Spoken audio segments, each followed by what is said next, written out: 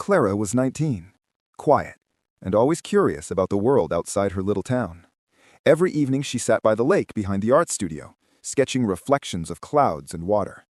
That's where she first saw him, a boy her age, maybe younger, sitting at the dock's edge with a camera slung around his neck. He had a calmness she found magnetic. His name was Eli. Their first conversation was awkward but warm, about light, color, and how sunsets never really looked the same twice. Clara laughed for the first time in weeks.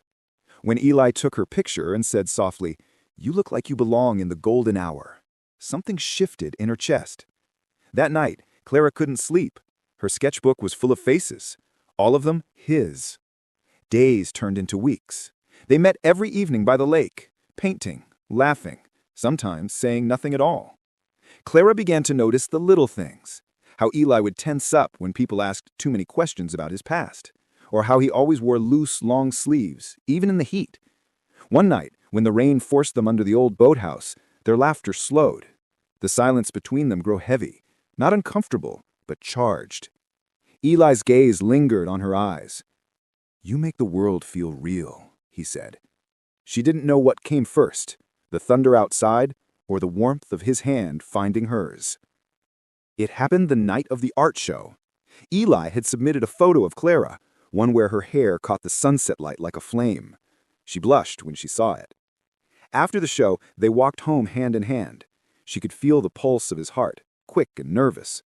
When she leaned in to kiss him, he hesitated, eyes wide with something deeper than fear. "I need to tell you something, before this goes any further." He saw him tremble. He told her about his journey, how he had spent years hiding who he really was, how being himself had taken everything. For a long time, she said nothing. The night wind carried the sound of water hitting the shore. Then she whispered, "You're still the person I met by the lake." And she kissed him anyway. The days after were quiet. Whispers started to spread around town after someone found out about Eli's truth. Her friends pulled her aside, warning her to stay away. She didn't. They met again at the lake. It was storming, waves breaking against the dock, wind cutting through her hair. Eli looked ready to leave for good. "They'll never understand," he said. Clara stepped closer, rain soaking through her clothes. "Then let's stop living for them." She took his hand again, this time without hesitation. Lightning struck in the distance. Their silhouettes merged against the storm. The next morning, the storm had passed. The world was quiet again.